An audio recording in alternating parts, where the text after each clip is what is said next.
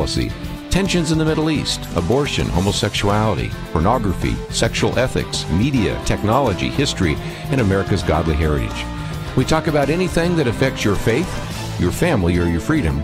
So don't go anywhere, because Point of View starts right now.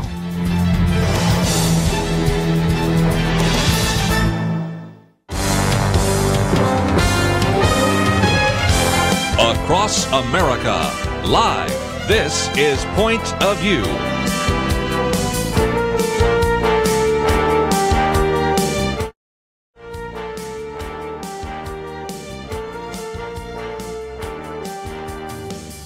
And now, Kerby Anderson. Thank you for joining me today here on Point of View. In the first hour, we're going to talk about how to defend our Christian faith and really to begin to answer the questions that skeptics might have.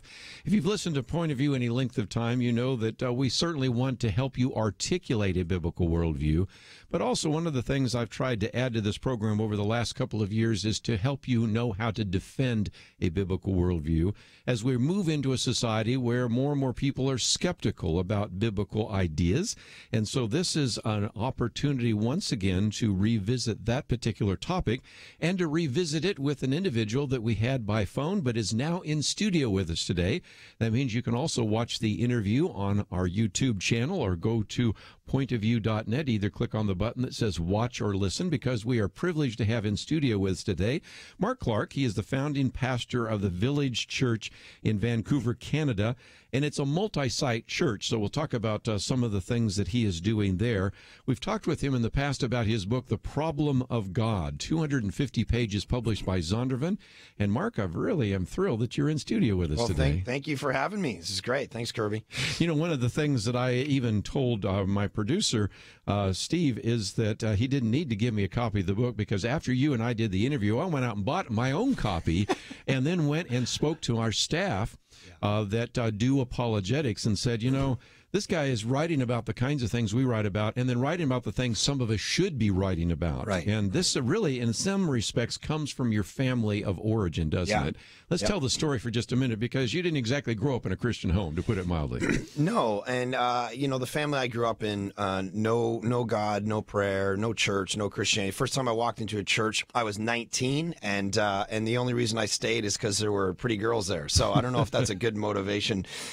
So anyway, you know, I did. My father. The story I like to tell to kind of frame this is my father named my brother Matthew, 4 years older than me, and spelt his name with one T.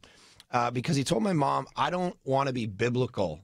I don't want to spell this kid's name the same way the Bible spells the Gospel of Matthew.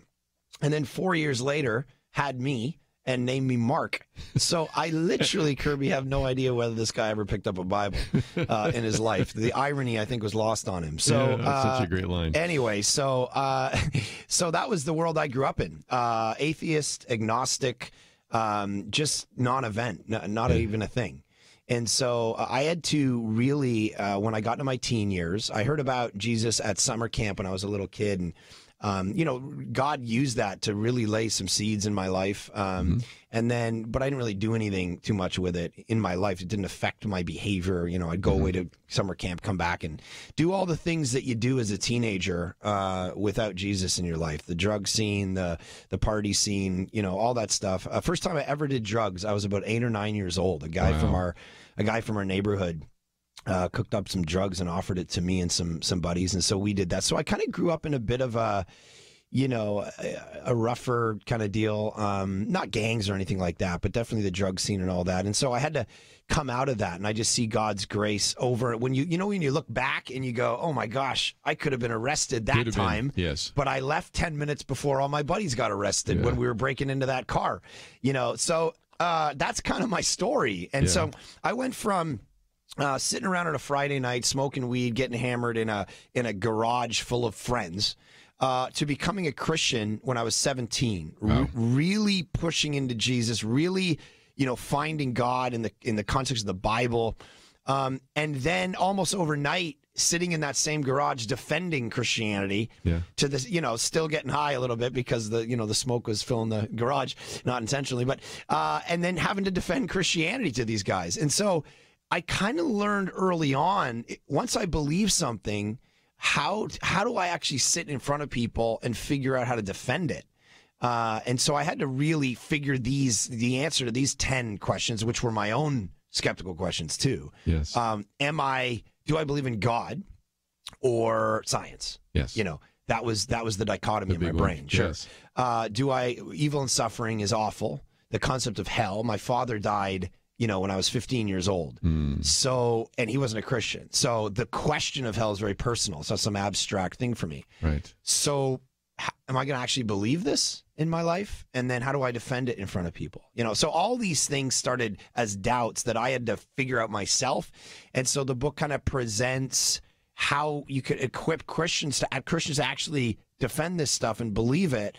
And then I weave in kind of my own tensions and struggles and how I came, to understand this stuff. So, talking with Mark Clark, and the book is entitled The Problem of God, Answering a Skeptic's Challenges to Christianity. It's published by Zondervan. We have a link to his website, The Problem of God, as well as some other information about him, also your Twitter post, your Facebook post, and everything else. And your own testimony is my testimony. I became a Christian in Berkeley, reading C.S. Lewis and John Stott, and becoming aware that I needed to know how to defend that to the people I'm around, because, again, maybe the best thing to point out is really from about Northern California, where I was last week, all the way up to Oregon, where I was a week before, all the way up through Vancouver and into Alaska, where I was 2 weeks ago.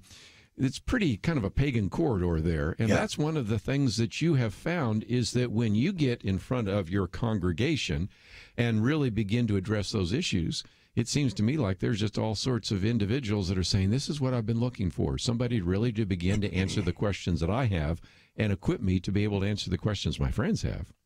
Yeah, and that's what we found over and over again is, there was this kind of thinking maybe 10 or 15 years ago in the church that nobody cared about these questions anymore. That, apologetics or defending the faith or getting into these kind of issues, answering the questions that skeptics and secular people or agnostic people on the street are asking. We don't need to do that anymore. Christianity should just be about community, and it should be about relationships, sure, the aesthetical values. Go to Starbucks, just befriend somebody. Yeah, hang out. It's all conversational. You got your views, I got mine, whatever. Everyone's right, and the church should kind of abandon this Enlightenment, mental thing. And let's go back to the Renaissance or something where it's really just about the art and the feeling and the aesthetic of God and Christianity. And then, and so we kind of bought that a little bit. And what I found is, planting a church in the greater Vancouver area and continuously addressing these questions, not just in like a 10-week, 8-week series like we're in now as a church that addresses literally on the nose these questions, but the weekly preaching of things that even when I'm preaching, John 3:16, I'm constantly stopping and going, okay, for God, let's stop right there. This is why it takes me 3-4 years to get through Matthew. We're in a 4-year series right now in Matthew. For God, okay, let's stop. If you're sitting here in my church and you're an atheist, immediately you don't even buy this verse. So why don't you believe it? This verse just assume that he exists. Yeah. So let's talk about why you don't. But now, if you're a Buddhist and you're sitting here, this is your version of God. Yeah. So let's talk what Christianity has to say. If you're a Muslim and you're sitting here, and so you got to constantly be, and what we try to do is constantly stop and use these conversational partners. And then for God, okay, great. So loved. Okay, everybody stop. What do we mean by love? Because if you're a romantic and you're you're just a secular, you get love from Jennifer Aniston movies, all of that. So constantly addressing their issues has shown people are still interested in this stuff. Well, again, we're talking about the Problem of God book, and Mark Clark is in studio. We'll continue our conversation right after this.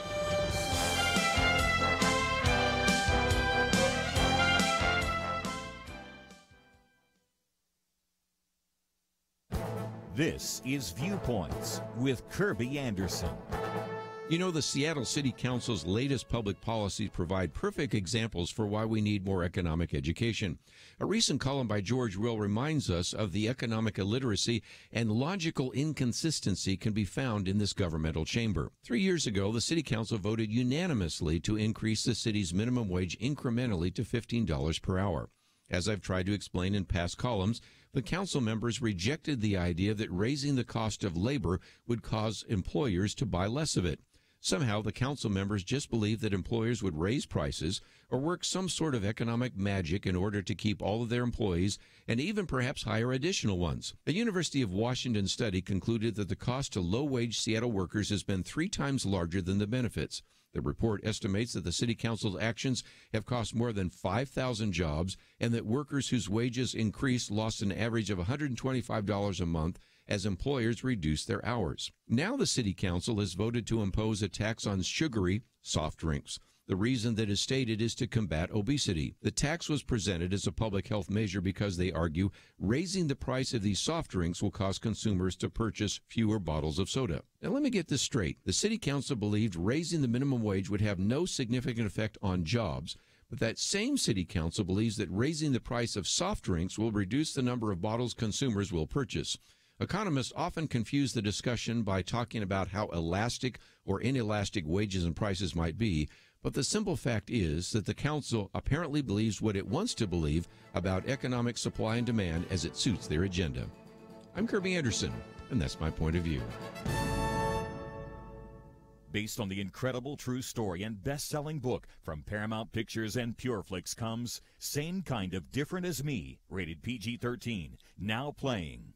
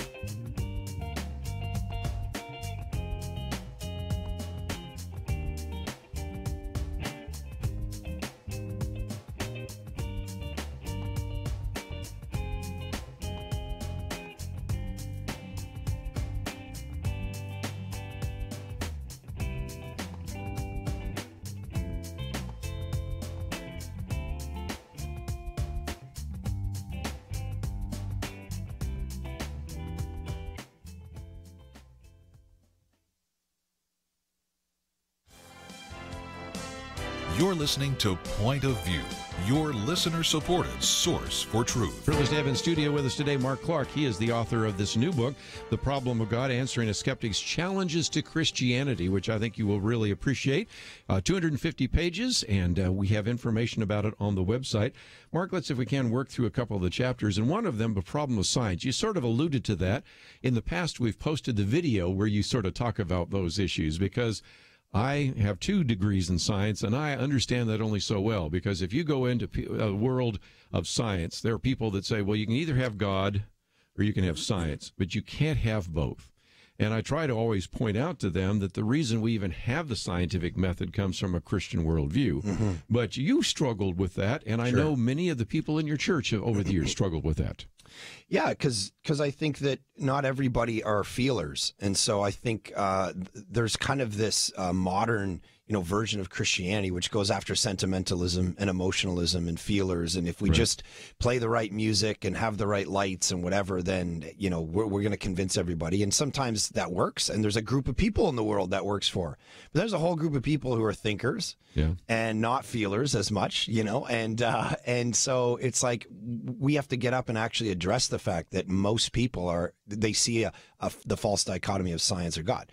And so what I talk about in the book is you don't have to make that decision, because science continuously, confirms the idea of God, whether that's biology and the information, the stuff you guys talk about, where you're seeing, encoded intelligent information in DNA strands. We wouldn't normally, like if you just take a rational person, look at that and go, oh, look, that must have come about by nothing over time. It's like, come on, when you're sitting around with your buddies, having a coffee or whatever, you can kind of say, let's be rational. Like, because the whole point is you think I'm irrational for believing in God. Yeah. So let's figure out what is the most rational worldview to believe. And once we start into that, and then once we start into looking at the stars and how things came about, all of this stuff, all these different disciplines are evidences for God's existence. The deeper they go, because we've moved on beyond observational science, where we're just looking at bones and, Right. you know, we're everything's deeper than that now. And so what we're finding is going, oh my goodness, there seems to be a mind here. Not just matter didn't create mind. Mind, you know, created matter. Let's be rational. And then most people, when they go, okay, I see that, which is, you know, over and over again, why you see in all of these disciplines theists who believe in God, or, you know, more and more as the disciplines delve into these things. So, yeah, it's not irrational to believe in God at all. Well, and again, one of the other things that you talk about is the next chapter, and that is the argument for God's existence. And there are the philosophical arguments, but again, we just have individuals right now telling us that, you know, if you didn't have you religious people teaching all this, the default value, the default setting would be atheism. I don't buy that. If you look around the world, there are billions of people that have some kind of religious commitment. Some are Christian, some are Muslim, some are Buddhist, Hindu, some are animist. But it doesn't, to me, seem like there are people saying, you know, the most rational position to hold is that God does not exist. Yeah, because I think there's something in us that says there's something beyond nature. There's something that transcends. There's a reason why if I was just an animal, the moralistic conclusions of my life would be vastly different. Yeah. Where would I ever conclude that forcing myself on someone and raping them is wrong? That's just a natural. I gotta make sure my, you know, So who told me this is wrong? As I talk about, you know, the William Lane Craig thing, when a zebra kills a lion, they don't murder a lion. Or when a lion kills a zebra, you know, they don't murder the zebra, they kill it. When a shark rapes another, that's just what it is. And so if all we are animals, at what point did we go, oh, I now have a moralistic conclusion that transcends what nature ever would have dictated for me? We had to get something that transcends nature to give us that. And so I think we're all kind of, we would all recognize there's something bigger going on. There's a reason I'm spiritual. I want to connect to something bigger than my experience in nature, which creates this question. I think there's something else out there, which is why, like you said, you have all these different religious expressions. So now the question is, which one's actually right? That's right. You know, and we'll get to that in a minute. But let's, if we can, just also come back to something you just said in passing that I thought was important. And that is, when we do these evaluations of worldview, we talk about different tests: consistency, coherence, correspondence. And one of those is correspondent. That is, my worldview, does it correspond with the world? You know, atheists say that we're all determined, but then they tell us that we're supposed to make decisions. Well, if it was all predetermined and you were supposed to drink that coffee or that water just that second, and you were supposed to order that hamburger, then I really have no choice at all. But people don't live in that world.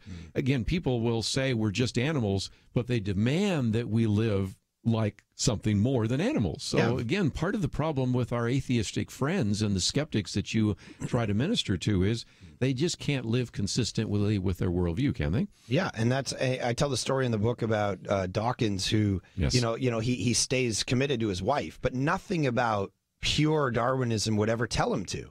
So why does he do that? And then he says, well, because I'm making an un-Darwinian decision, which of course, if you understand Darwinianism in its core, you can't make an un-Darwinian decision. That's not a thing. You can't step outside the matrix, then make a decision and then step back in it. That's not a thing. Yeah. And so why would you ever stay, you know, committed to what's the point of this? You know, so like you said, you've got to have a worldview that's consistent with your experience and what you're not afraid to say, this is what I believe. And the minute it starts to go, I can't actually buy this part of it, you should question whether that's a coherent worldview. One of the favorite ones I use sometimes is that if you believe that we're only biology, we know enough from biology now to know that every cell in my body after about 7 years is different than it was before. So you don't ever hear somebody saying that, you know, 10 years ago when I robbed that bank, well, that was somebody else. I'm not the same person now. Yeah. You know, I've tried this on my wife, you know. What I said 10 years ago, well, it's not the same me. It doesn't work, by the way. And I think it just illustrates that you cannot live in that world where you say that all we are is biology. All we are is dirt. All we are is certainly food for worms, if you want to go back to some of those famous movies that use some of those illustrations. And so that's the problem with that whole lie of coherency and correspondence. One more before we take a break, and that is the whole problem with the Bible. Because, as you said a minute ago, got all these religions, got quite a few, and cults and other things. So why would I, as a skeptic, want to look at the Bible in light of the fact that we have so many other pieces of religious literature? I think that over and over again, similar to science, archaeology is proving the deeper it delves, the deeper it, all these claims. You have thousands of historical claims in the Bible. Like if you read the Old Testament and the New Testament, they're always talking about rulers and kings and things that happen. So out of all these claims, if the Bible's just made up, you would think archaeology would be like, hey, here's a list of 450 things that we, through actual archaeology and historical study, have shown to be false that the Bible claims. Then it's over. Yeah. We can just go home, Kerby, because it's right. like, oh my goodness, you're right. The Bible was all made up. It's just a bunch of guys making up crazy stories. But it's not that. Over and over again, history, archaeology is like, oh yeah, you're right. That's true. Oh yeah, we thought it was false there, but we did a little more digging, and a few years later we found out, vindicated the Bible again. Over and over again, the Bible has been shown to historically, archaeologically, to be verifiable and legitimate. And so I think people recognize that. As most scholars, liberal or conservative, most will recognize that the Bible is one of the most trusted documents in antiquity. And as I talk about in the book, because of the timelines, it was written after the events. You don't have the, you don't have the room to fit in mythologies, because of the counterintuitive things that it claims, counterproductive things that it claims. It just is it's saying, here's what happened. It's not saying, here's what I wish it would have happened like this, right? Or else it would be vastly different. Like I say, you don't have Jesus crying in the Garden of Gethsemane after 16 chapters of arguing, this is your guy to follow. This is the Braveheart to follow. And then he's crying in the garden saying, hey, could someone else do this? I really don't want to do this. Just take that part out. He doesn't really look strong. He looks weak. All of these moments in the Gospels that you wish you could just whitewash. But scholars look and go, no, this is actually legitimate. This seems like verifiable. Poor Peter never comes off very good. Never very good. Never very good.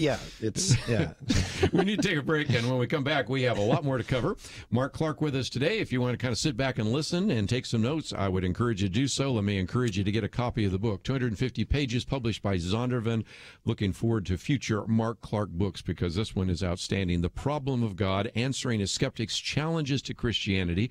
If you would like to follow him on Twitter or Facebook, we have that link. If you'd like to get the book, of course, we have a way to order it there, and we also have a link to his website there so that you can find some of the other resources. In case maybe you wanted to teach it in your Sunday school class, it's simply theproblemofgod.com. We'll come back and talk about, what about this Jesus myth? Was that borrowed from Mithras and Osiris and some of that? Another just outstanding chapter of Mark Clark's book. We'll be back right after this. Sometimes I joke that I'll win the lottery when God blows the winning ticket across a parking lot to me. I don't buy tickets, so if he wants me to win, that's the way.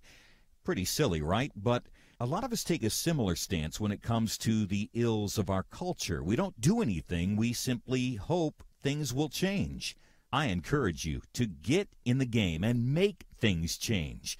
Join Truth Team 360 and be part of a work that changes lives and communities. Visit pointofview.net/team or call 1-800-347-5151.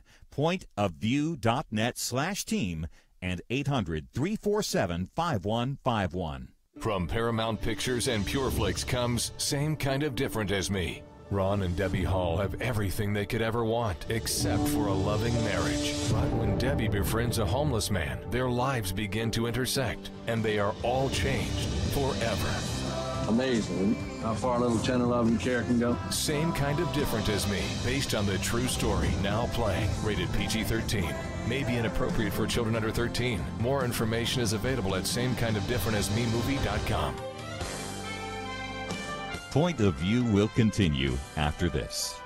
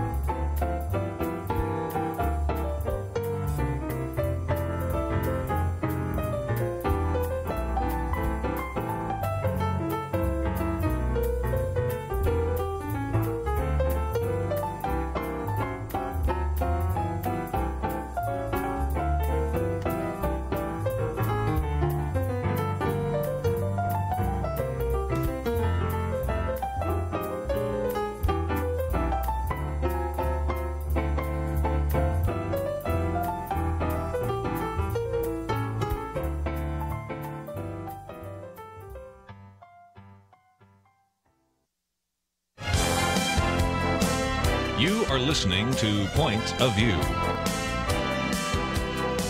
The opinions expressed on Point of View do not necessarily reflect the views of the management or staff of this station. And now, here again is Kerby Anderson. If you'd like to join our conversation, 1-800-351-1212, or else just sit back and listen to the conversation we're having with Mark Clark. Second hour, we're going to get back into some of the news cycle, but talking at the moment about the book, The Problem of God, Answering a Skeptic's Challenges to Christianity. And we have the link to theproblemofgod.com. So I would encourage you to go there. You can find some other information, the endorsements, some of the press material, some of the bonus material, as well as, of course, you can order the book. And so, Mark, for just a minute, let's, if we can, talk about the Jesus myth. There are some really good chapters in this, and one of the things I appreciated when the book first came by was this concern that you raised. I think you ran into a neighbor that asked the question about, what about all these myths? And you're one of the few people, now I've seen a few others, and of course we've talked about it here, that argue, and it's really not a great argument if you know anything about scholarship, that really they were borrowing from Horus, Mithras, Osiris, and so they all say the same thing, that these other individuals were born on December 25th, that there were magi that came, that they claimed to be the Son of God, that they had followers, they resurrected. And this is one of those good examples of where you're hitting an issue I think is going to be a big issue, and there's really quick, simple answers to all of that, aren't there? Yeah, my neighbor just kind of, it's almost like he's reading a narrative. Like he just hit boom, boom, boom, and then of course Religulous, Bill Maher's movie hits it, and it kind of a popular version of it, and so it is something because it kind of goes at the definitive issue of Christianity. Two things: first, it was borrowed, and second, Jesus never existed. So if Jesus didn't exist, obviously we've got a problem. So the book goes through addresses the first issue, talks about all the people outside of the Bible. That actually cited the fact that Jesus existed, and said, Josephus and Pliny the Younger and all these guys who have nothing to do with Christianity. In fact, they're probably against it, who claim, hey, Jesus Christ was an actual historical figure. So most people recognize that. And then the second thing is to get into the actual comparisons of these myths and to show that there's not a lot of parallels in them, even though they do predate Christianity for sure. These claims, Horus born on December 25th, to a virgin, all these kinds of things.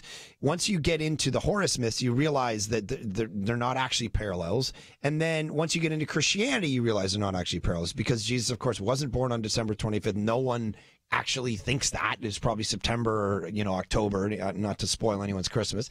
There wasn't three magi, at his birth.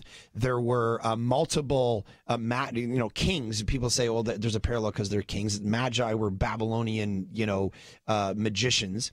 And the Bible never claims there was three of them. It says that they brought gold, frankincense, and myrrh. And because we're not very creative, we just go, well, one of them must have been carrying a case of gold and another one frankincense. So we come up with these things, right? Yeah. And it never says a number. It could have been 40. We have no idea how many magi came. And in Matthew, they come and he's a toddler anyway. So the actual, we've kind of been doing Christmas wrong, Kerby. Christmas is actually the Luke version where the shepherds are there. That's Christmas. Matthew's thing, he's a toddler. He's running around. He could have gone, frankincense, whatever. I don't know. So these aren't parallels to these things. So anyway, as you get into both the original stories of Horus and Mithras, all these guys, and Christianity, you realize the parallels really aren't there. Yeah, and again, this is just a great chapter for anybody that runs into that.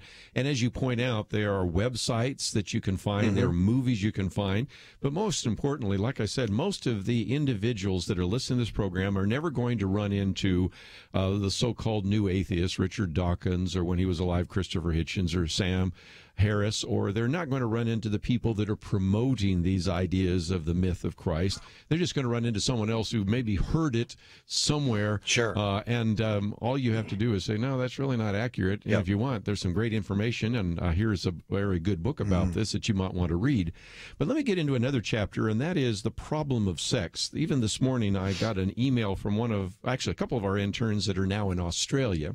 They were talking about what they're facing there in the Christian schools, and I said, well, they want to know what we're facing here. And I said, one of the biggest ones is the LGBT assault. I mean, in some respects, the challenge that Christianity is facing today, in part, isn't coming from the atheist, although it's certainly there.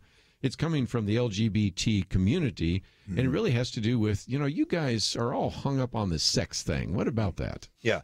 Well, I think one of the major reasons people stay away from Christianity is because of what they think about sex. And so I think redeeming the actual biblical version of it first, that God isn't anti-sex. And that's what I spend a lot of the chapter addressing, is that sex is a gift from God, that God wants us to enjoy it. He understands pleasure. He crafted human beings for one another in this way. And it's not just, hey, make sure you procreate and keep the lights off.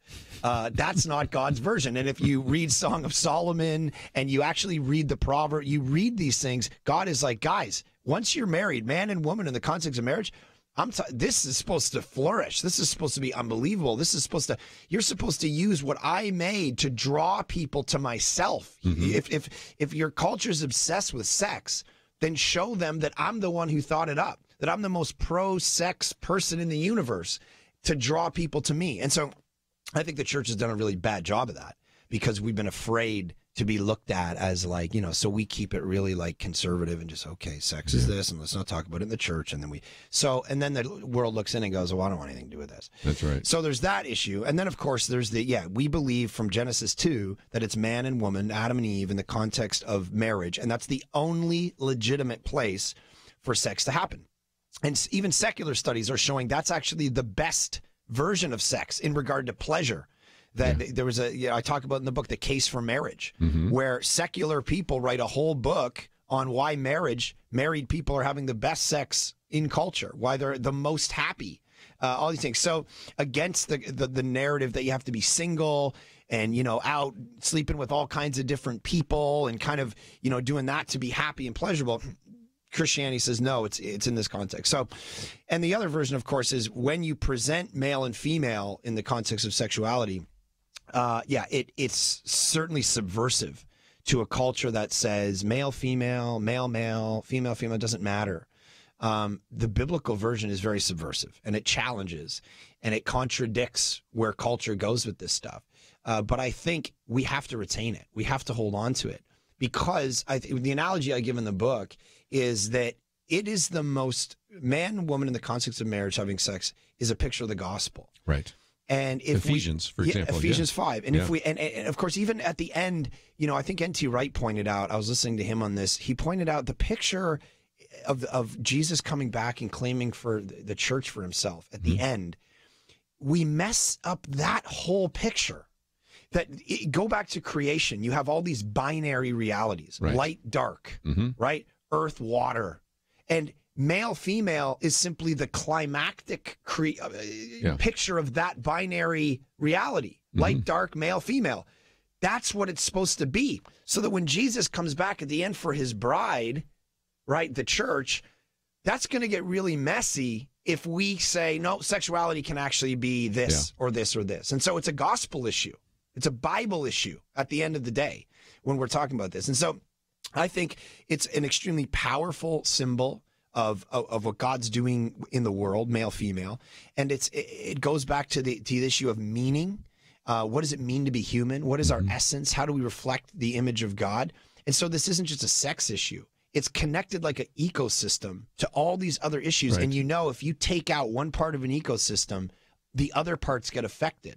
And so this isn't, a Christian worldview isn't something where you just segregate an idea in isolation from everything else and say, now we're talking about sex. And it's like, no, your view of this will affect positively or negatively a whole bunch of things in life, theology, and a society. And again, that's why when we're teaching about this, you really have to teach the whole counsel of God, because there is a sense in which we teach some of this, and some of the mega churches sometimes will have a pastor only focus on certain topics time and time again. But really what God intends for us is to see the totality of life and the totality of Scripture. And when we segment it out, we do great harm to the gospel message, as you just pointed out. Let's take a break, and when we come back, I might get into one or two more. Again, this is coming fast and furious, but some of the questions that keep people from believing the gospel. One about hypocrisy, hypocrites in the church. Well, I've heard that before. But then also one of the big ones, the exclusivity of Christ. You really believe that only through Jesus Christ people are saved, even if Jesus said that. So we're going to get into those real quickly. It is all part of the book, The Problem of God, Answering a Skeptic's Challenges to Christianity. And again, let me encourage you to go to our website, pointofview.net, or directly we have a link to theproblemofgod.com. That's where you can get a copy of this book, and we will only have covered about half of the challenges in the book. So again, you'll have to read the book, even if you've had a chance to hear the radio program. So let's take a break, and if you'd like to join us, 1-800-351-1212. We'll have an open line in the second hour, so if you even have some comments or questions, we'll take those calls later. But it's all available at the website today, pointofview.net. Mark Clark, again, founding pastor of Village Church in Vancouver, Canada. Matter of fact, the next time you're in Canada, you might want to drop in on his church and see what he does. Let's take a break. We'll come back with more right after this.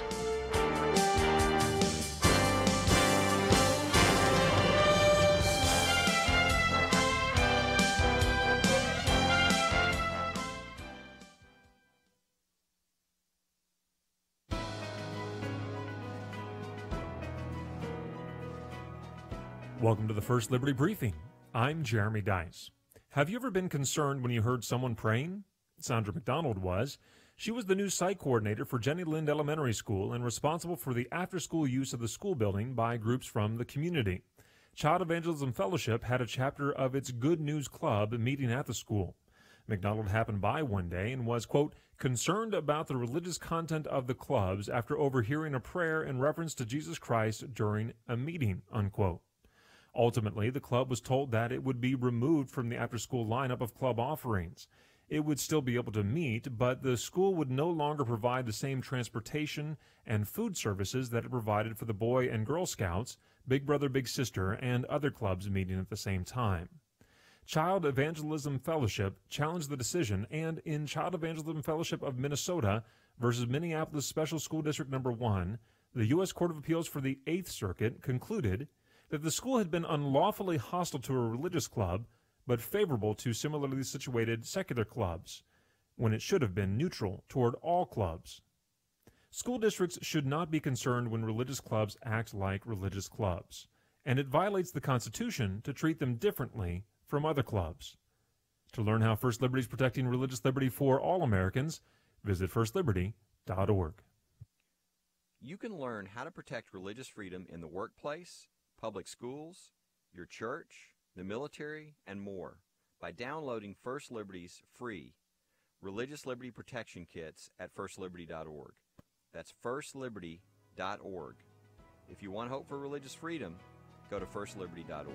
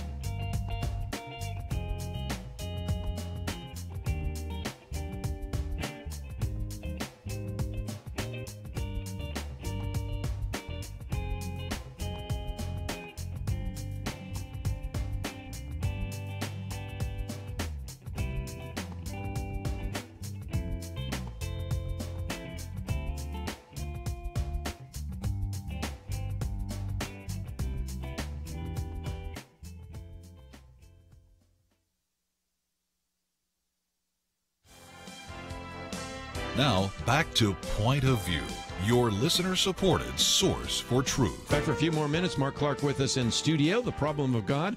Might just mention, if this is coming fast and furious and you'd like to hear it again, don't forget on our website, pointofview.net, you can click on the button that says listen, download the podcast and listen to it, or send it on to others. You could certainly maybe use this as an opportunity to maybe develop a relationship with a non-believer. This is a book that you could hand to a non-believer. Of course, we also, in about an hour or so, will have it available on the YouTube channel. You can watch it there as well. Mark, just before we run out of time, let's talk about the problem of hypocrisy.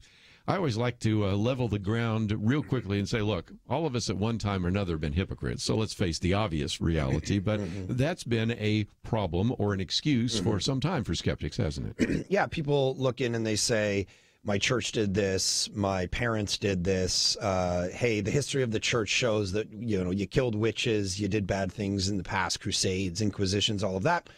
Ergo, I won't believe it. So part of it is answering the question of going, first off, admitting that Christianity has done some bad things, probably not at the scale that we think. And I talk about that in the book. I get into the data of Rodney Stark and others have pointed out. Yeah, right. Showing that, it's probably not as Dan Brown claims that we killed 5 million witches, seeming there was 500 million people on the planet. We probably didn't systematically wipe out 1% of the world thinking they were witches. Yeah. But getting into the data of what Christianity has done throughout the years, and it's it's been bad, it's been awful, but also, of course, it's been beautiful in regard to building. Christianity is driven by getting in and changing society for the better as well.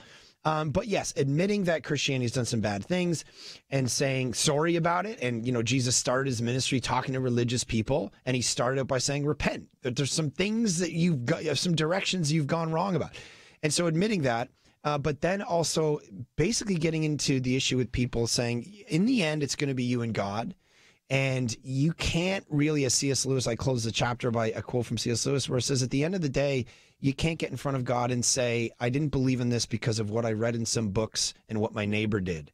Because the question is not going to be, what did other people do with my son Jesus? It's, what did you do with him? Right. And so I think at the end of the day, we've got to face, look, you don't, Tolstoy, I do a quote in the book talking about Tolstoy saying, if I'm giving you a direction home somewhere and I'm stumbling along it drunkenly, it doesn't mean it's not the right way. Yeah. It just means I'm staggering. And so when you look at people and you go, hey, the church is staggered. The church is not perfect, which is why we need a perfect Savior. Right. Jesus had to be perfect for us. The church is filled with people who aren't actually Christians. Jesus talked about this in Matthew chapter 7. He said, not only are there going to be false teachers who lead people astray through false doctrine, there's going to be false disciples who lead themselves astray, who think they're actually followers of Jesus and aren't. The church has always been filled with people who aren't Christians. Mm-hmm. It's also very naturally not filled with people who are good. People think that the gospel's about taking bad people and making them good. The reality is the gospel goes, no, you're bad. You need Jesus to be good for you. And the church should be filled with messy people who are imperfect. Right. Our churches, I remember a phone call that we got very early in our church's career, back in like probably the first year we were in existence. And one of the neighbors said, your people parked on my lawn. What kind of Christians do you think you are? And the guy, I guess he came out, he said, get your truck off my lawn, because the church was packed. There was no parking anywhere. And so this guy grabbed his hand of his little family and his wife, and he starts walking into my church, and he looks back at the guy, gives him the middle finger and says, F you, I'm going to church. And the guy goes, how is this possible that Christians are represented this way? And I'm like, dude, my church is full of people who don't believe anything yet. Their lives are a mess, which is why they should be here. The church should be filled with people who sometimes don't represent it well. That's right. Because we all need the grace of Jesus, and we're all on kind of this journey. So anyway, I think that, and people looked at me when I first entered the church. I smoked, I swore, I dressed, in big baggy pants with a chain around in my wallet because I didn't want anyone to steal my $5. And people looked at me and went, oh my goodness, he's not a Christian. They actually went up to my wife and said, you can't date him because you're going to be unequally yoked. He's not a Christian. This is when I was already in Bible college, showing you where I was in the sanctification process. And they're like, and she's like, why do you say that? And they're like, well, I saw him smoking. And she's like, smoking what? And they're like, cigarettes. Well, praise God, it's better than what he used to smoke. Because we have to start with where people are at, Kerby. That's not right. where have people come from? Right. Not just where they're at in this moment. Process, right? We're all in process. So we look at people, we go, I can't believe they're there.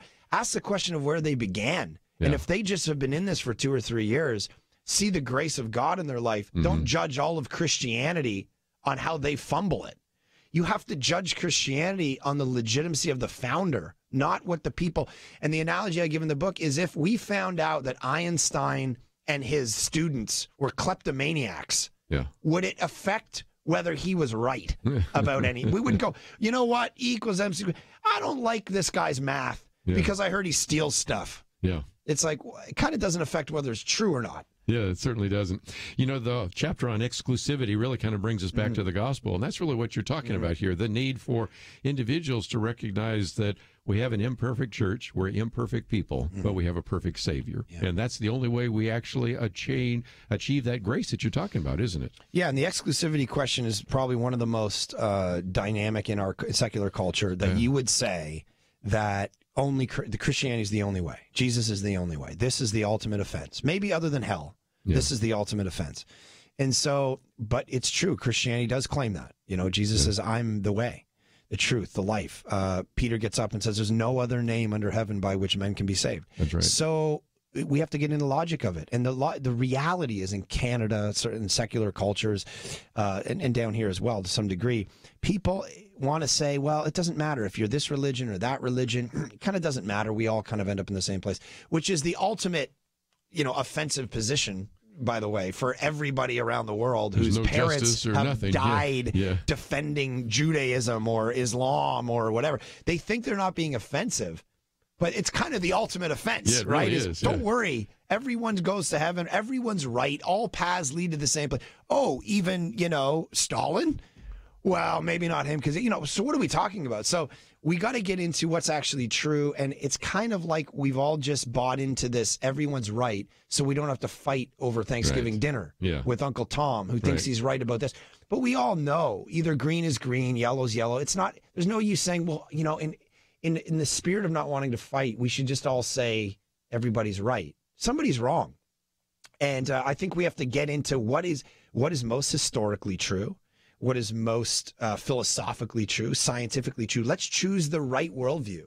Let's not kind of enslave ourselves into what feels good. And I end the book by challenging people to say, so my grandfather in Toronto, he was 90 years old when all of a sudden we called up his house that he lived in for 40 years, 50 years, and he wasn't there anymore. And we tracked him down to a house in the suburbs of Toronto where this young couple, and this is a scam, had actually just befriended him and got him to move into their house so that they could buy this big house. And they took his money.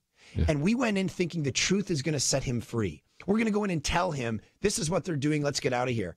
And he said, I want to stay. I love it here. They're nice to me. Mm-hmm. And the reality was, it was like his own pleasure. He was willing to deny truth for the sake of the pleasure he was having. He didn't want to answer the big question because it was going to shake up his comfortability. And at the end of the day, I think people reject Christianity not because they have a bunch of philosophical arguments, but because they don't want it to shake up their life. Right. They got a rhythm going. They got things they want to do. And if you're going to come in with this, it means their money changes, their sex life changes, what they do at work changes, their family changes. And at the end of the day, that's the kind of slavery that we've got to address and say, is this what you're holding on to? Because that's dangerous. That is. Well, again, the book is entitled The Problem of God, Answering a Skeptic's Challenges to Christianity, and you can certainly appreciate the passion of Mark Clark. And Mark, thank you for being with us today. Thank you so much for having me. Glad to have you in studio. Let's do it again anytime you'd like. Let's take a break. We'll have all sorts of things to talk about in the second hour. We'll be back right after this.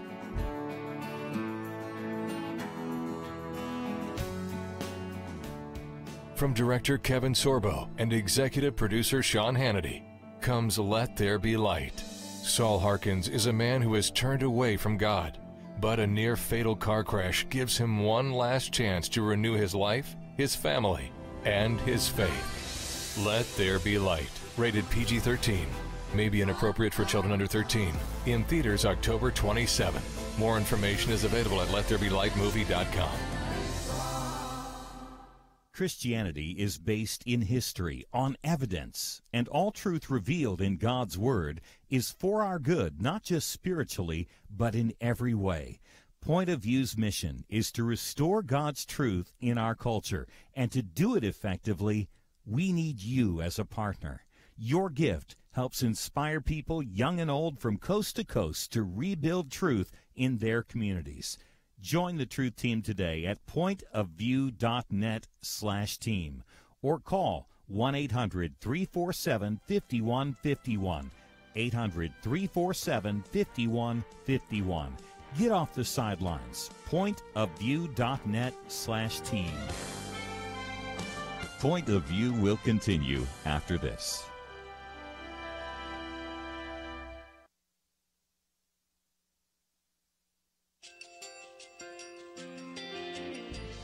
I just want to thank you so much for all the wonderful programming you have. You're just absolutely fantastic. I recently started listening to Point of View, and I really found it interesting because of the different subjects you cover. Thank you for that. I really appreciate everything that you do in keeping us informed. Thank you, Kerby, for everything that you have been doing. I appreciate all the work that you're doing, advocating for the Word of God. Thank you so much. Point of View, I think, is absolutely necessary because it's a Christian perspective, a biblical worldview perspective, and receive very current, up-to-date information about what is really going on, week to week in our culture, which is changing so rapidly, and yet it's morally sliding backwards. Yeah, I'm just, first of all, I thank you guys. Y'all's program is wonderful, and enjoy it every day. I learn so much every time I listen to it. Point of View Radio Talk Show.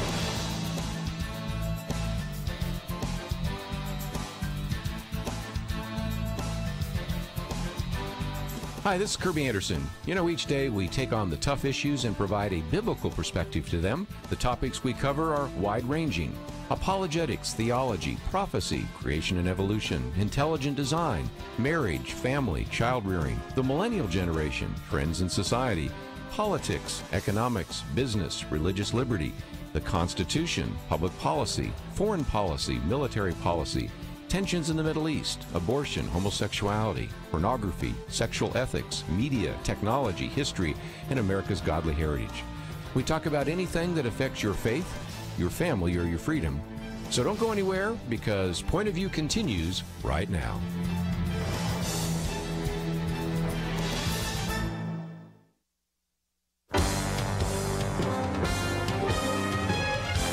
Across America, live. This is Point of View.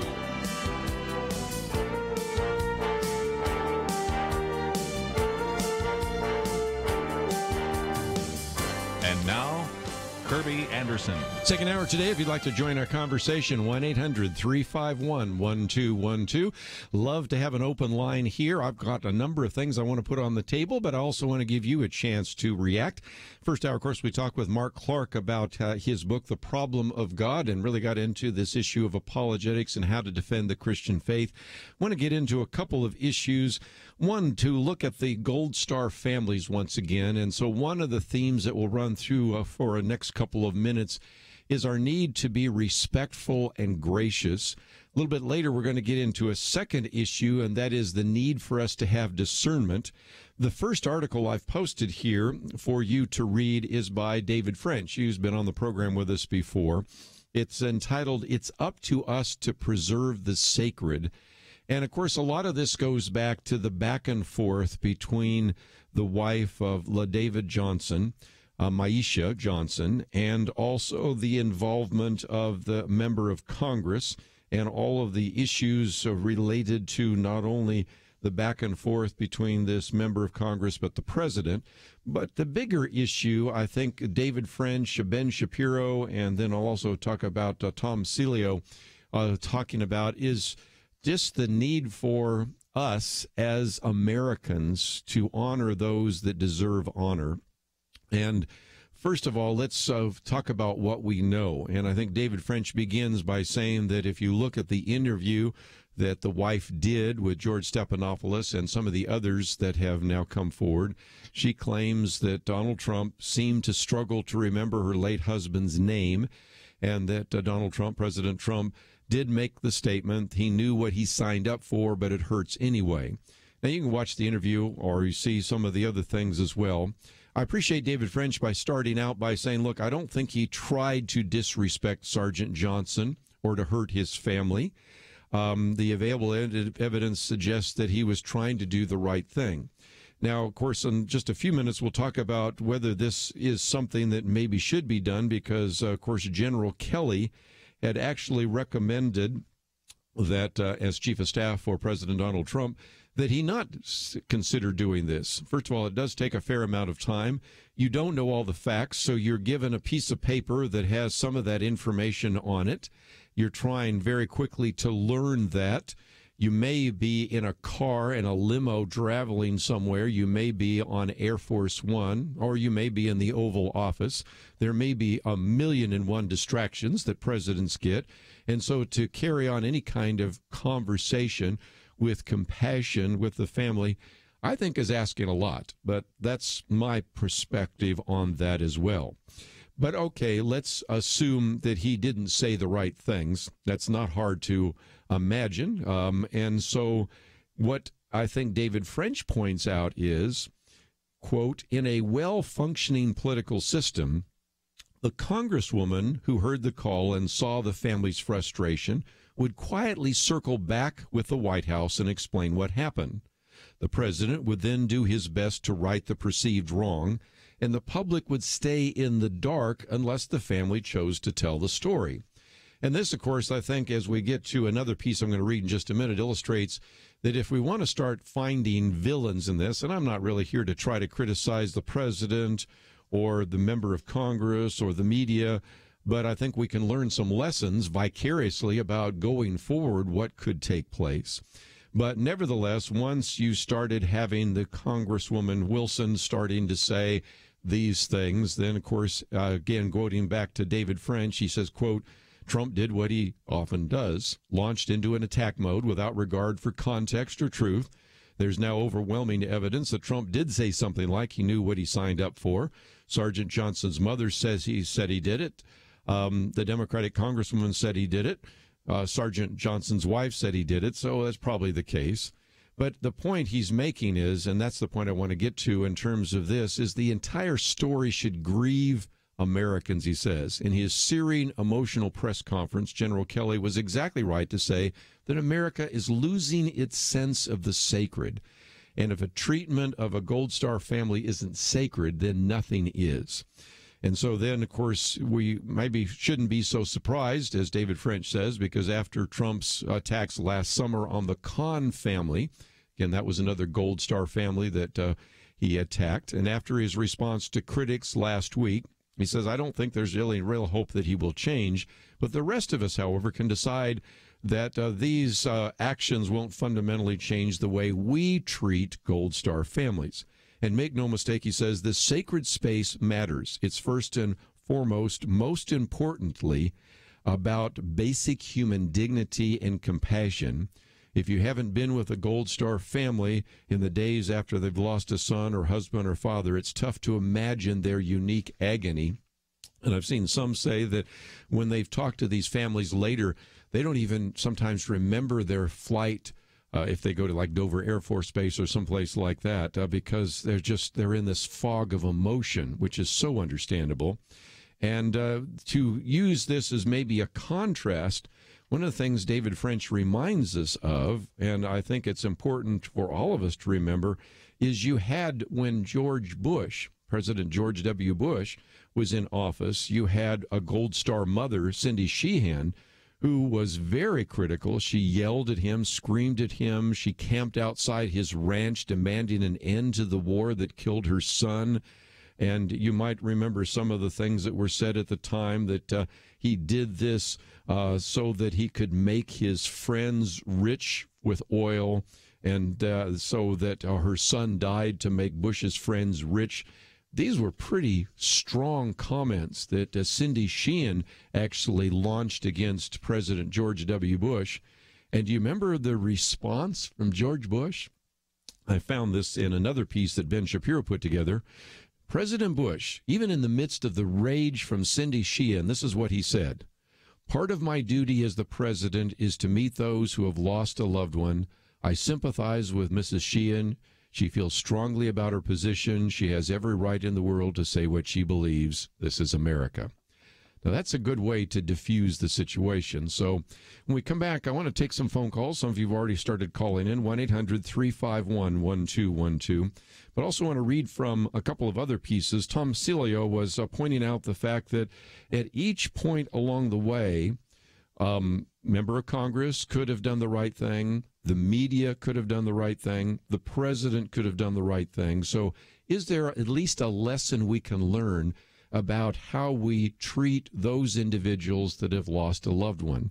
And I think, if nothing else, I gave you one illustration of that, and that is how George W. Bush, when he was president, even though verbally attacked, emotionally attacked by Cindy Sheehan, even having that woman camp outside of his ranch south of Dallas in order to make her point, still responded in a gracious way. And maybe that's a lesson all of us can learn in the midst of this highly partisan situation where everything becomes politicized. So let's take a break. I want to get some of your comments, and then we're going to move on a little bit later in the hour into the need for us to not only be gracious, but also to have a great deal of discernment. Some really important things coming in about media bias and the need for us to make sure that we ask good questions and evaluate everything we see, read, and hear. We'll take a break, come back with more right after this.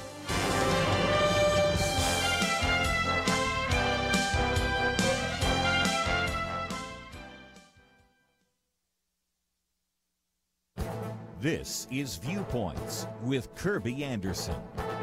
You know, the Seattle City Council's latest public policies provide perfect examples for why we need more economic education. A recent column by George Will reminds us of the economic illiteracy and logical inconsistency can be found in this governmental chamber. 3 years ago, the City Council voted unanimously to increase the city's minimum wage incrementally to $15 per hour. As I've tried to explain in past columns, the council members rejected the idea that raising the cost of labor would cause employers to buy less of it. Somehow, the council members just believed that employers would raise prices or work some sort of economic magic in order to keep all of their employees and even perhaps hire additional ones. A University of Washington study concluded that the cost to low-wage Seattle workers has been 3 times larger than the benefits. The report estimates that the City Council's actions have cost more than 5,000 jobs and that workers whose wages increased lost an average of $125 a month as employers reduce their hours. Now the City Council has voted to impose a tax on sugary soft drinks. The reason that is stated is to combat obesity. The tax was presented as a public health measure because they argue raising the price of these soft drinks will cause consumers to purchase fewer bottles of soda. Now let me get this straight. The City Council believed raising the minimum wage would have no significant effect on jobs, but that same City Council believes that raising the price of soft drinks will reduce the number of bottles consumers will purchase. Economists often confuse the discussion by talking about how elastic or inelastic wages and prices might be, but the simple fact is that the council apparently believes what it wants to believe about economic supply and demand as it suits their agenda. I'm Kerby Anderson, and that's my point of view. Based on the incredible true story and best-selling book from Paramount Pictures and PureFlix comes Same Kind of Different as Me, rated PG-13, now playing.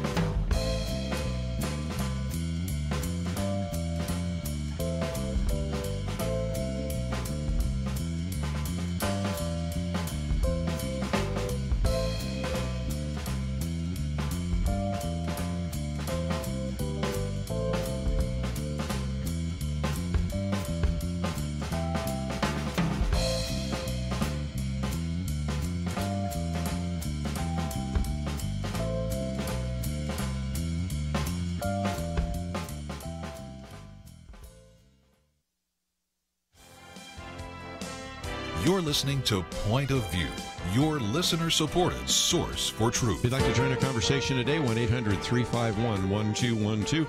Talking about the flap, obviously, between the president and Maisha Johnson and the member of Congress and some of the others. And if you'd like to join us, that number, 1-800-351-1212. Let's go to California first. Devin, thank you for joining our conversation today. Are you there? I am. I'd love to hear from you. Yeah, my name's Kevin. I just wanted to make a comment about, not so much about the president, about the honor, respect, and the gratitude in this country, which is held sacred by our ancestors. Sure. In order to preserve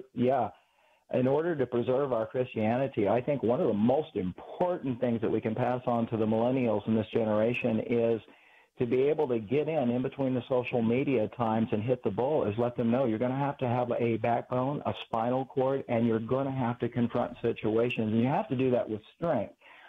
Number two, getting back to the honor, if you don't honor those that come before you, you can't be successful. Gratitude is really important because it leads to thankfulness. And then the other, and the third issue, again, is just, understanding that gratitude, honor, and what was the other one that I had? Can you help me out there? I had 3 of them. Yeah, well, gratitude and honor, I wrote those down. And, of course, strength and courage, whatever you want to say.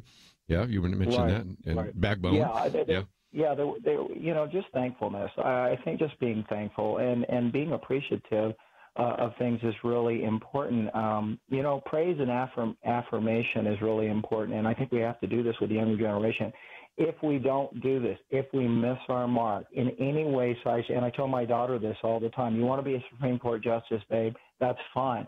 I will get you to the promised land. But the thing about it is you're going to have to understand, whether you're Democrat, Republican, or Independent, you have to understand there's a foundational principle. They cannot be broken. They break you. Yes. So, yeah. You know, I think about words like honor, you mentioned just a minute ago, or duty. These almost sound like words from the 19th century during a time when we had buggy whips. I mean, I believe we should have those. I believe we should affirm those. But I appreciate you calling and reminding us of that, because how often do we talk about doing your duty?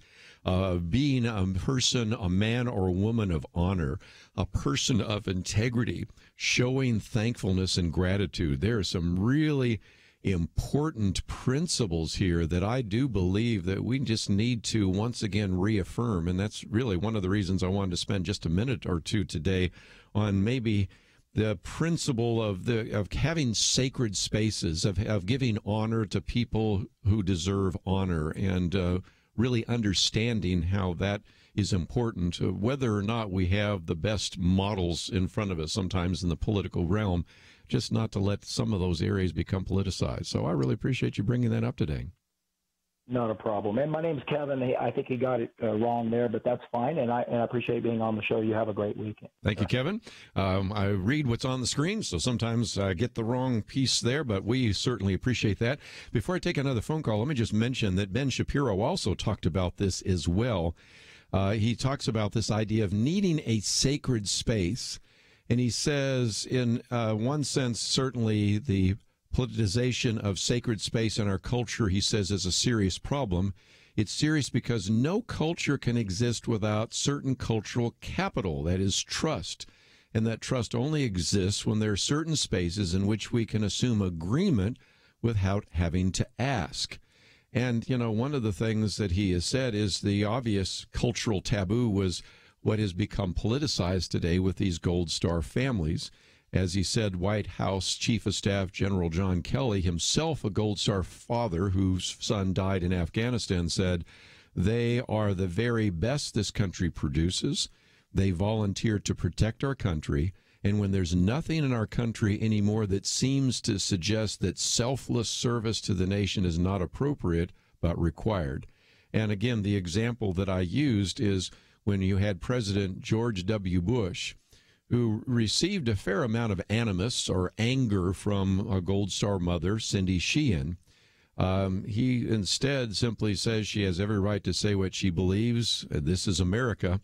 And back to Ben Shapiro, he said, to do what Bush did takes character. To take the heat from Cindy Sheehan, a woman who said openly that Bush went to war for oil and that her son had died to make Bush's friends rich, takes enormous will. Cindy Sheehan did political damage to President Bush, but Bush understood that it was more important that the country maintain the sanctity of Gold Star families than that he defend himself from Cindy Sheehan. And so the concern that Ben Shapiro raises is as we grow more partisan and as that partisanship grows more heated, our cultural capital will continue to decline. And the only thing that will replace it is dislike of the other side. What will unify us with our neighbors isn't principle, but reactionary opposition, which is something I hope we won't find ourselves into. So let's go back to the phones. We'll go to South Carolina this time. Gloria, thank you for joining us today here on Point of View. Gloria, are you there? So, hey, can I be talking now? You are on the air. Go ahead. Okay, I thought you recorded me. I was just calling to kind of piggyback off what you said earlier about President Bush and the young lady who lost her son. And I thought that the way he handled it was the only way that he could have handled it and still kept a level of professionalism as well as character for the loss of this woman's son. And also, I want to say that what Maxine Waters stated about President Trump, I understand that Trump is our president, and then we are to show respect for those who are in authority. But now we must keep in mind that this particular president is someone who shows no respect for anyone. He has a lackluster attitude and mentality that is displayed all over Twitter, that is displayed in every comment that he makes when he opens his mouth. And so I just felt as if that to put the spotlight on Maxine Waters as to how wrong she is and to kind of what sounds like to me to uphold him is just totally contradictory to what I thought this radio station stood for. wrong. To call someone and not know the husband's name and to make a comment, although he may not have meant it the way it sounded, we know his character. Well, again, I would like everybody to just stand down for a minute. Back to the point, whether it is the various members of Congress. It wasn't Maxine Waters. It was Frederica Wilson. But nevertheless, the point is that at each step, there were some things that we can learn. And again, we're not ever going to be in a position where we're going to, as president, call a Gold Star family. But many of us will be in a position where we interact with someone who's lost a loved one, or where maybe we meet somebody who's a Gold Star family who's lost somebody in war. And at each step, I just keep thinking about what could have been different. And I love what David French says. He says, in a well-functioning political system, the congressman or woman who heard the call could actually have circled back to the White House and done it privately. But Tom Cilio puts it this way, that the Democratic congresswoman should not have shared the sensitive details of President Trump's condolence call.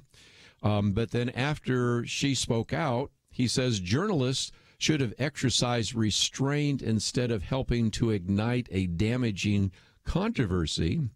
And then, of course, President Trump, as the elected leader of the country and commander-in-chief, instead of defending himself, should have just put the grieving family first. And so the principle I'm trying to pass on to maybe some of us to learn is sometimes we heat up a controversy when the best thing to do is to try to tamp it down. The scriptures say that a harsh word actually creates strife, and a gentle word turns away strife. And so it seems to me that we could learn some lessons here.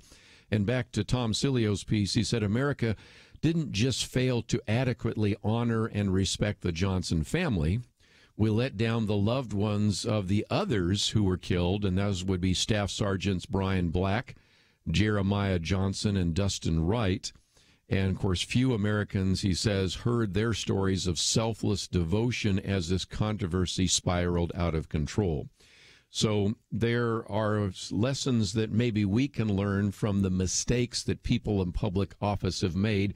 And if nothing else, that's one of the reasons why I wanted to bring this up. I tend to stay away from these because I think some of the controversies don't really deserve the media attention that the mainstream media gives it. But nevertheless, that's the world that we find ourselves in. Let's take a break. If any of you also want to join in with that comment, we would certainly welcome those phone calls.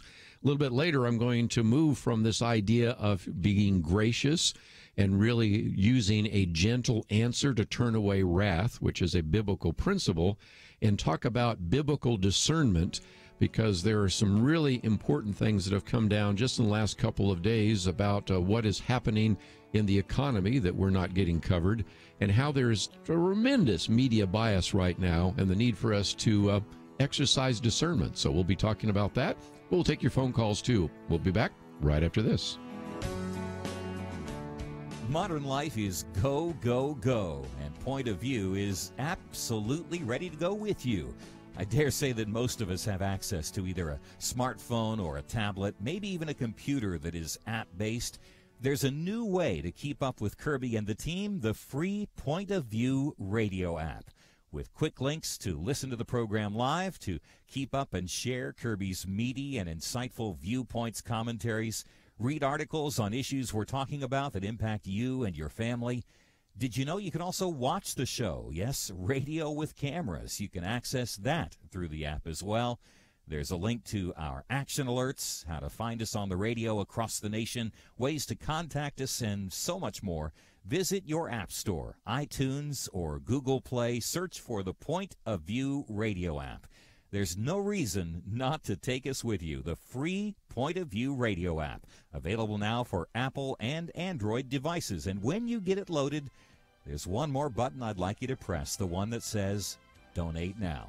Join Truth Team 360. Support us financially as we support you with the truth that you need.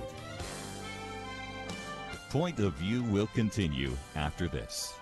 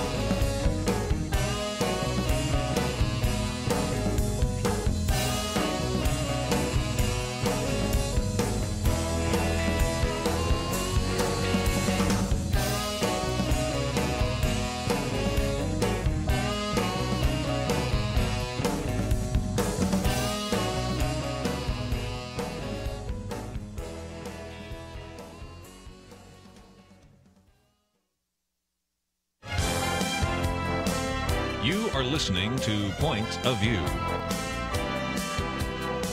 The opinions expressed on Point of View do not necessarily reflect the views of the management or staff of this station.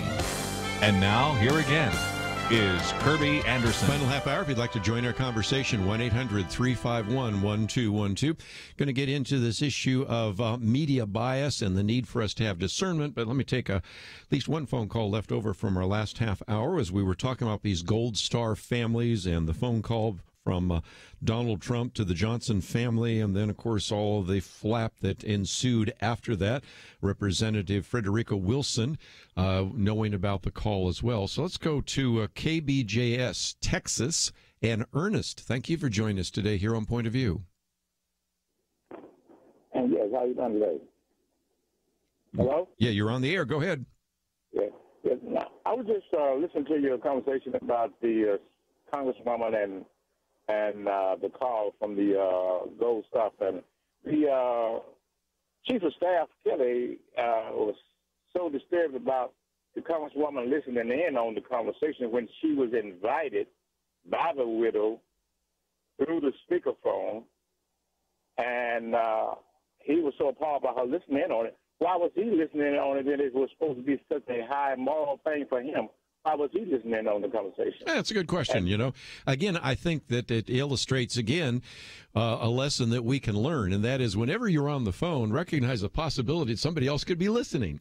We always jokingly say that whenever you see a microphone in the studio, assume it's on, and I tend to look up and see if the on-air light is on, but that's a good lesson for you to learn as well, because it is probably quite likely that most of the time, whether it was George W. Bush or Barack Obama or now Donald Trump, that when they make the phone call, there are other people in the room listening. And it is quite likely that in this particular case, the Johnson family wanted some others to listen. Of course, also there was the Congresswoman Wilson. And so I think you raise a good question. I have very high respect for General John Kelly, but I think that was one point in his message that may have been better to have eliminated, because anybody is allowed, I believe, when you're making a call from the President of the United States, to listen in, because after all, it's from the President of the United States. Whether you like the President or not, it's a momentous occasion. So I don't see that there was anything wrong with the Congresswoman Wilson listening in. And again, if there's a problem with that, then why was, as you said, the Chief of Staff, John Kelly, listening in? Because that's just the way it's done. So I think you raised a very good question. But one more thing I want to say was, and all the Congressperson was doing was answering the question. She was asked the question. She didn't volunteer to give that information. She was asked, what did she hear? And she just said what she said. And then it got all blown out with other people coming in. Your point's well taken. As we said before, it all just unfolded very quickly. If indeed the Congresswoman, and again, Frederica Wilson, had some concerns, could have quietly gone to the White House and explained the frustration. The president could have quietly said, I did not intend that. But, each step along the way, whether it was the action by the member of Congress, whether it was the way the media covered it, whether it was the desire for the president to go, as I like Ben Shapiro said, mano a mano, it just blew out of proportion. So if you're listening to this program today and say, well, are there any lessons I can learn? Well, here's a couple. Lesson number one, Proverbs 15:1. I've quoted it a couple of times. Well, let's quote it again. A gentle answer turns away wrath.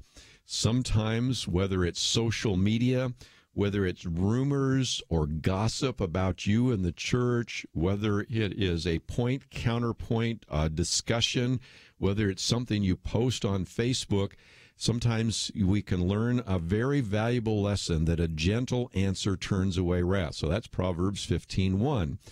Another one that Kevin mentioned earlier, this idea of honor, respect, gratitude. Certainly we're told in Romans 13 to obey those in authority.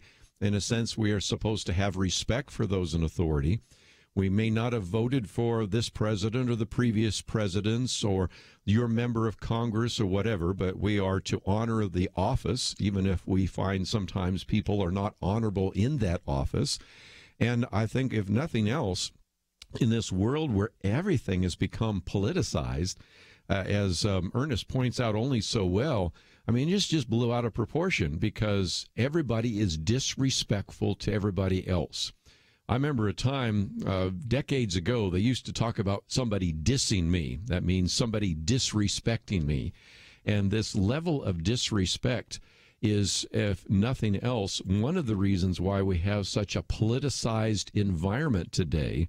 There is obviously very little respect that the president has for the member of Congress and the member of Congress has for the president. And in a minute, we're going to point out some pretty obvious evidence that the media has no major respect for the president, as illustrated by some of the material coming down from these latest studies doing an evaluation of media bias.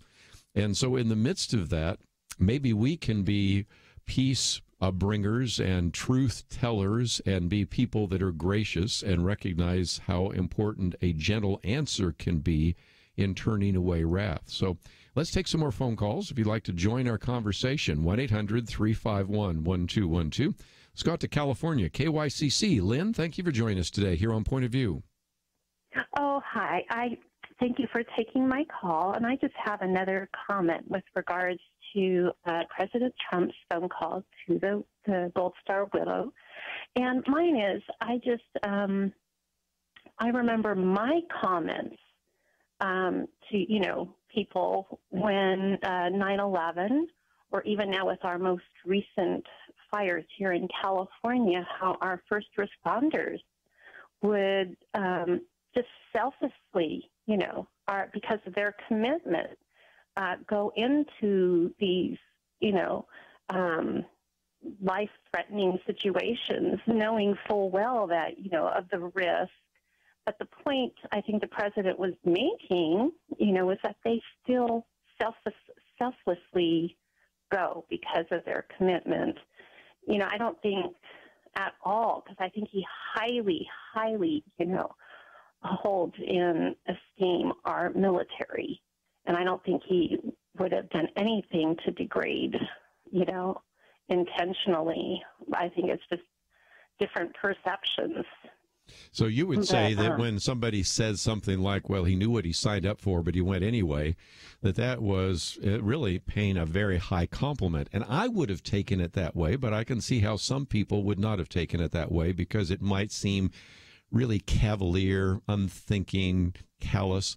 I would take it that way because I tend to believe that people want to affirm you until they show otherwise. But I could see how, especially in the emotional moment, that would seem like a terrible thing to say. But I think in some respects it's a way of saying you just have an incredible hero on your hands because he knew that he could have died, but he went anyway and died in Niger. And because of the commitment that the Green Berets, the SEALs, our military, our first responders, the commitments that the selfless commitments that they make, and they're just to be held in high esteem. Yes. I appreciate you sharing that with us. Lynn, thank you for calling today. Thank you. I mentioned Niger just a minute ago. There is a piece that came out that verifies what I had guessed yesterday. This comes from our friends at NBC News, and that is the attack in Niger was likely a setup by terrorists. There was some evidence that might indeed be the case, and there seems to be more and more evidence now. The emerging theory among U.S. military investigators is that the Army Special Forces soldiers ambushed in Niger were set up by terrorists who were tipped off in advance about a meeting in a village sympathetic to local ISIS affiliates.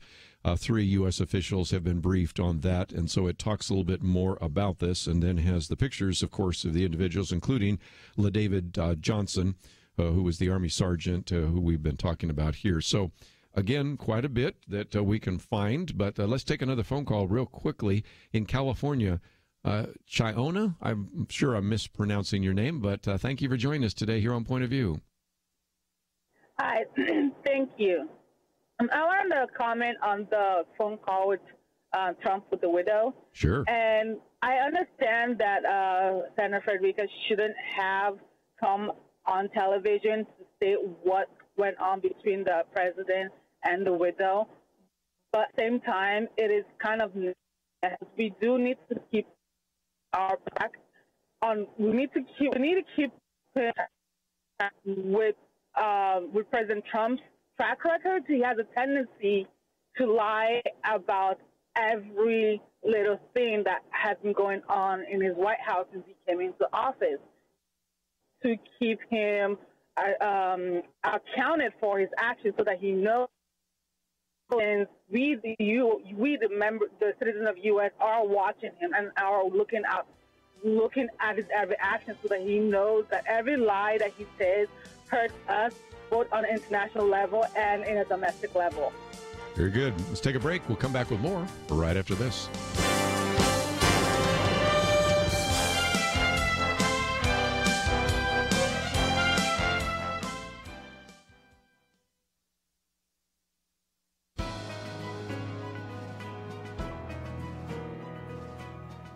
Welcome to the First Liberty Briefing. I'm Jeremy Dice. Have you ever been concerned when you heard someone praying? Sandra McDonald was. She was the new site coordinator for Jenny Lind Elementary School and responsible for the after-school use of the school building by groups from the community. Child Evangelism Fellowship had a chapter of its Good News Club meeting at the school. McDonald happened by one day and was, quote, concerned about the religious content of the clubs after overhearing a prayer in reference to Jesus Christ during a meeting, unquote. Ultimately, the club was told that it would be removed from the after-school lineup of club offerings. It would still be able to meet, but the school would no longer provide the same transportation and food services that it provided for the Boy and Girl Scouts, Big Brother Big Sister, and other clubs meeting at the same time. Child Evangelism Fellowship challenged the decision, and in Child Evangelism Fellowship of Minnesota versus Minneapolis Special School District No. 1, the U.S. Court of Appeals for the Eighth Circuit concluded that the school had been unlawfully hostile to a religious club, but favorable to similarly situated secular clubs, when it should have been neutral toward all clubs. School districts should not be concerned when religious clubs act like religious clubs, and it violates the Constitution to treat them differently from other clubs. To learn how First Liberty is protecting religious liberty for all Americans, visit firstliberty.org. You can learn how to protect religious freedom in the workplace, public schools, your church, the military, and more by downloading First Liberty's free Religious Liberty Protection Kits at firstliberty.org. That's firstliberty.org.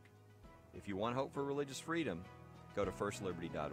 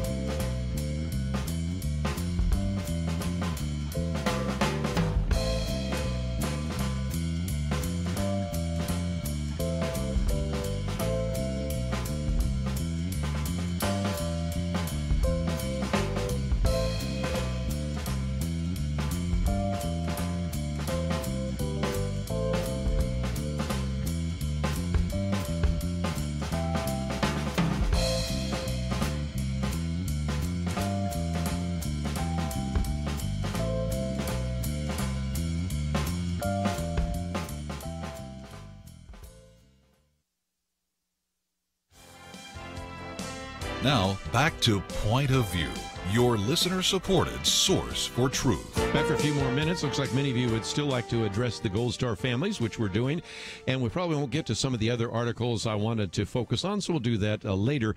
Let me just mention my second article here is entitled The Most Depressing Government Graph, and it shows a graph that you may want to post on your Facebook page and just illustrates, again, the incredible growth of government. Because when you look at each dollar that is spent, when adjusted for inflation and tied to per capita spending, you can see it just goes up and it up and up and up and up. And so the government is getting bigger and bigger, and it isn't really necessarily the reason for some of the economic success. Because if you haven't paid attention, the stock market has done extremely well. Matter of fact, yesterday the Dow surged another 200 points. A lot of that simply has to do with things like 3M, McDonald's, and Caterpillar, but still it continues to go. And one of the things we'll get to maybe later in the week has to do with the fact that the press is not covering things like that. Or one of the most significant is the number of people on food stamps has plummeted at the fastest rate ever in the history of the government. And you just don't hear about that either. Of course, some people live in this world where they actually are convinced that if you don't put people on food stamps, then you're not compassionate. My argument is the best way to determine how we are doing as a government is by how few people need to go on food stamps. The drop is due in large part to two factors. Number one, some people that have been receiving food stamps that are here illegally stop doing that because they are fearful they might be deported. It might be easier to catch them. But the biggest reason has to do with the fact that for a while they suspended the work requirement. In other words, people that indeed received food stamps or SNAP, which is called Supplemental Nutrition Assistance Program, those were suspended when we had the downturn in the economy back in 2008. That has changed, and so it again just illustrates one of the points that we've talked about here on Point of View. I still think a paycheck is better than food stamps, so we'll get into some of those issues as well. But let's, if we can, take some more phone calls. We'll go to South Carolina this time and talk to Bob. Bob, what would you like to add to our conversation today? Hi, I've been listening to the conversation concerning what Trump said. And as a veteran and a Christian, I have this take on it. Go for it. I was an infantry officer, okay? I have delivered bad news to families. When I joined the military, I wrote to the United States government the ultimate blank check. It included my life. My wife and I sat down.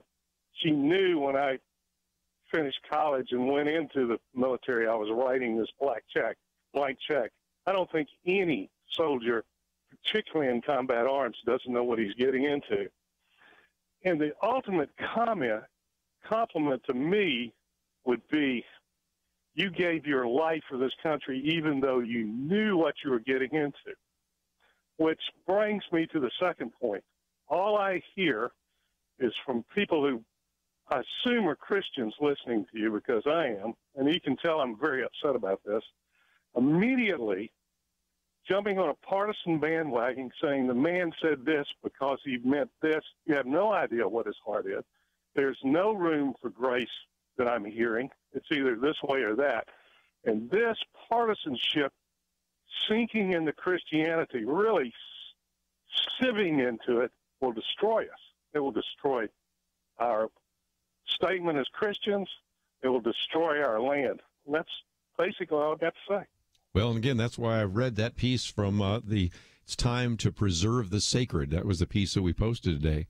Bob, first of all, thank you for your service. And again, I would take it as a compliment to say, you knew what you were getting into, you knew what you signed up for, and you were willing to do that anyway. And, you've seen the faces of some of those that went up in the towers during 9/11.